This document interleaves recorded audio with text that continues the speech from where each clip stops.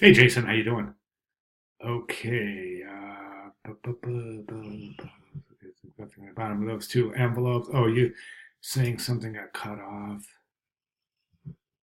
Oh, I see what you're saying. Okay. Yeah, no worries. All right, so let's go ahead and take a look at the work. So you've got your five iterations for the letterhead. But what I would recommend at this point is try to give more variation. And again, you're hearing that word variation again, and it all points to supplying your either creative director, art director, or ultimately your client with as much variety to choose from in the different iterations of the work that you're producing. For example, you've got this letterhead here, and this iteration and this iteration are identical. You've got the mark up top and center. You got the contact information centered below. Same exact iteration here, configuration here, but you're using the logo mark as opposed to the word mark.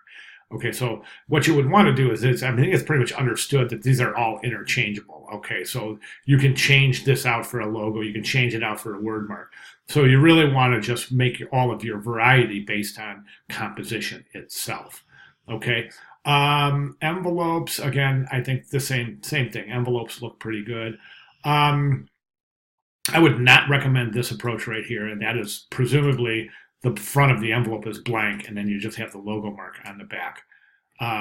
Now, one thing about the logo mark standing alone is I don't recommend doing it. Remember, we have an iteration of the logo mark. The logo mark should have some type associated. I went through this on my last critique, where the logo mark itself would have guarded network security in some sort of typeface associated with it.